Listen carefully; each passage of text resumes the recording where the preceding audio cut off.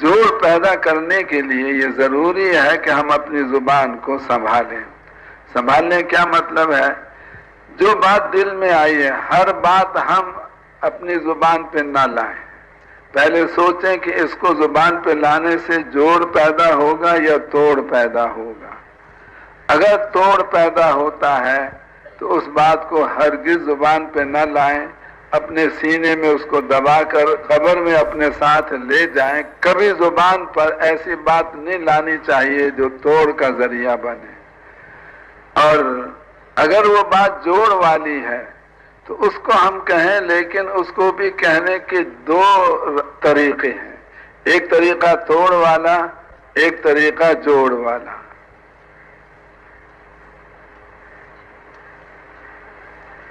مثلا ایک آدمی کو ہم یوں کہتے ہیں کہ آپ کے والد محترم تشریف لائے ہیں، آپ باہر آ کے ان کو ملیں.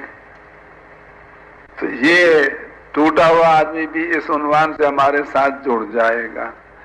اور یہ بھی ہم کہہ سکتے ہیں کہ آپ کی والدہ کے خاوند آئے ہیں، آپ کی اماں جان کے خاوند آئے ہیں، یہ بھی ہم کہہ سکتے ہیں، کیونکہ باپ جو ہوتا ہے وہ ماں کا خاوند ہوتا ہے.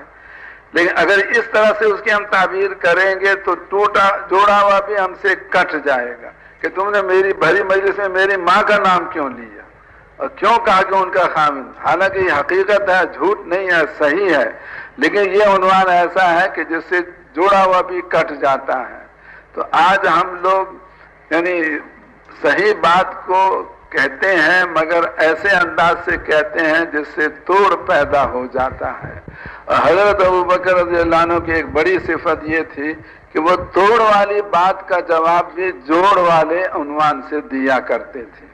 یہ حضرت ابوبکر کے بعد بہت زیادہ ہمیں سیکھنے کی ضرورت ہے، کیونکہ ہمیں پتہ نہیں لگتا کہ ہم توڑتے لوگوں کو زیادہ ہیں یا جوڑتے زیادہ ہیں. یہ جتنے ہم ذمہ دار ہیں مختلف مرکزوں میں اور شورا والے، اب ہمیں اس دنیا میں تو کوئی ہم سے حساب کتاب لے نہیں سکتا کہ تم نے توڑا زیادہ کو یا جوڑا زیادہ کو. مثلا اب رائے میں ہم لوگ رہتے ہیں، اب ہماری بے حکمتی اور ہماری بد اخلاقی کی وجہ سے ایک آدمی یہ سوچ کے کہ بھئی اب یہ تو احسان نے میرے ساتھ بہت برا رویہ اختیار کیا ہے، میں تبلیغ بھی چھوڑتا ہوں، رائے بھی نہیں آؤں گا، کبھی اس کام میں نہیں چلوں گا. تو اگر احسان کی بد اخلاقی کی وجہ سے وہ چھوڑ کے جا رہا ہے، وہ بتا کے نہیں جاتا کہ میں تمہاری وجہ سے اس کام کو اور اس کام کے مرکز کو چھوڑ رہا ہوں. اور جو ہماری بد اخلاقی کے باوجود ہم سے جڑے ہوئے ہیں وہ ہم کو نظر آ رہے ہیں، ماشاءاللہ لاکھ سوا لاکھ کا مجمع بیٹھا ہوا ہے، اور جو ہماری بد اخلاقی کی وجہ سے چھوڑ کے چلے گئے وہ ان کا ہمیں پتہ نہیں. لیکن کل قیامت کے دن ہر پرانے کو حساب دینا پڑے گا کہ آپ نے جوڑا زیادہ کو یا توڑا زیادہ کو، لگایا زیادہ کو یا بھگایا زیادہ کو. اس دنیا میں تو انسان بولنے کا زور لگا کر اگلے کو مطمئن کر سکتا ہے کہ میرا قصور نہیں، جانے والے کا قصور ہے. لیکن کل قیامت کے دن کوئی آدمی کی بات اللہ کے سامنے چل نہیں سکے گی.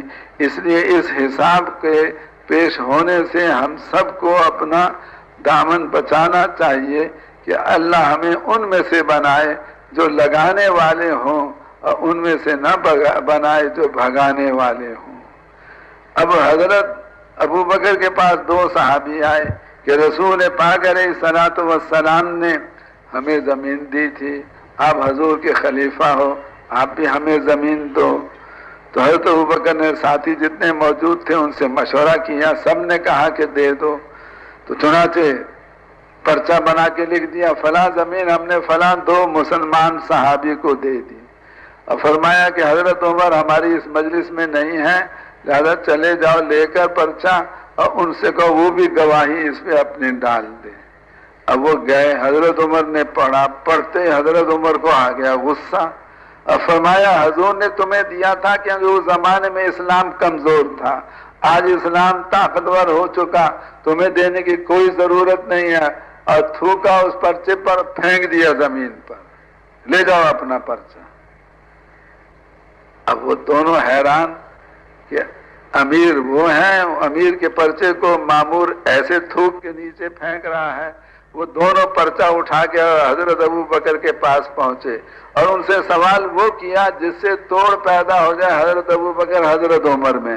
یہ پوچھا کہ اے ابو بکر آپ بتائیں آپ حضور کے خلیفہ ہیں یا عمر؟ اب اس کا بجائے جواب کیا بنتا ہے کہ میں خلیفہ ہوں رسول پاک علیہ السلام کا۔ اس میں اپنے مقام کو اپنی زبان سے ظاہر کرنا، اپنی بڑائی کا اظہار، حضرت ابو بکر میں اس کی کوئی ذرہ برابر بھی گنجائش نہیں تھی۔ کبھی ایسا لفظ نہیں بولتے تھے جس سے ان کی بڑائی ظاہر ہو، اس لیے یہ جواب نہیں دیا کیونکہ اگر یہ جواب دیتے تو فوراً کہتے آپ اچھے امیر ہیں، آپ کا مامور تو آپ کے پرچے کا احترام نہیں کرتا۔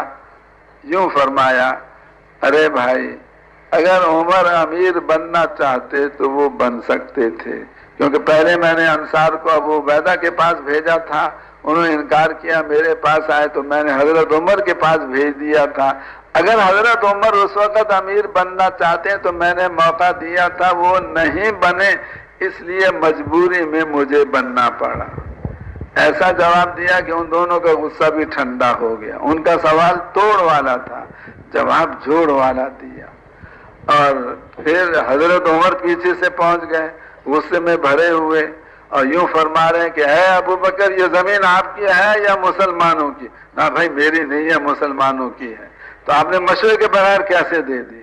اب اس کا جواب حضرت ابو بکر کے پاس ہے کہ سارے مسلمانوں سے ایسے مسئلے میں مشورہ کرنا ممکن نہیں، جتنے میرے پاس تھے ان سے میں نے مشورہ کر لیا تھا، سب نے کہا تھا دو، آپ تھے نہیں، آپ کے پاس میں نے پرچہ بھیج دیا۔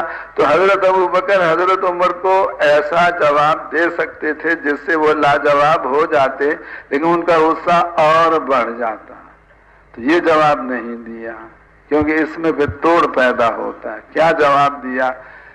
اے عمر میں نے اسی لیے آپ سے کہا تھا کہ آپ خلیفہ بن جاؤ، میں کمزور ہوں، لوگوں سے دب جاتا ہوں، آپ طاقتور ہو، آپ لوگوں سے نہیں دبتے۔ تو ایسا جواب دیا کہ جس سے حضرت عمر کا بھی غصہ ٹھنڈا ہو گیا۔ سوال توڑ والا اور جواب اس کا جوڑ والا۔ آج امت کے بے شمار ٹکڑے ہو چکے ہیں اور جو امت کو تقسیم کرتا ہے، کچھ کو اپنا سمجھتا ہے، کچھ کو غیر سمجھتا ہے، وہ رسول پاک علیہ السلام اور صحابہ کی محنت پر پانی پھیرتا ہے اور امت پنے کو وہ ذبح کرتا ہے۔ اس لیے اللہ ہمیں ان میں سے نہ بنائے جو امت میں توڑ پیدا کرنے والے، اللہ ہمیں ان میں سے بنائے جو امت میں جوڑ پیدا کرنے والے ہوں۔ کیوں بھائی یہ صفت اپنے اندر پیدا کریں گے نا انشاءاللہ۔ پہلے تولو پھر بولو، ہر بول سے پہلے سوچیں کہ یہ بول جوڑ والا ہے توڑ والا ہے۔ اگر جوڑ والا ہے اس کو اس انداز سے بیان کریں جس سے جوڑ پیدا ہو، ورنہ جوڑ والی بات کو بھی آدمی توڑ والے الفاظ سے کہہ سکتا ہے۔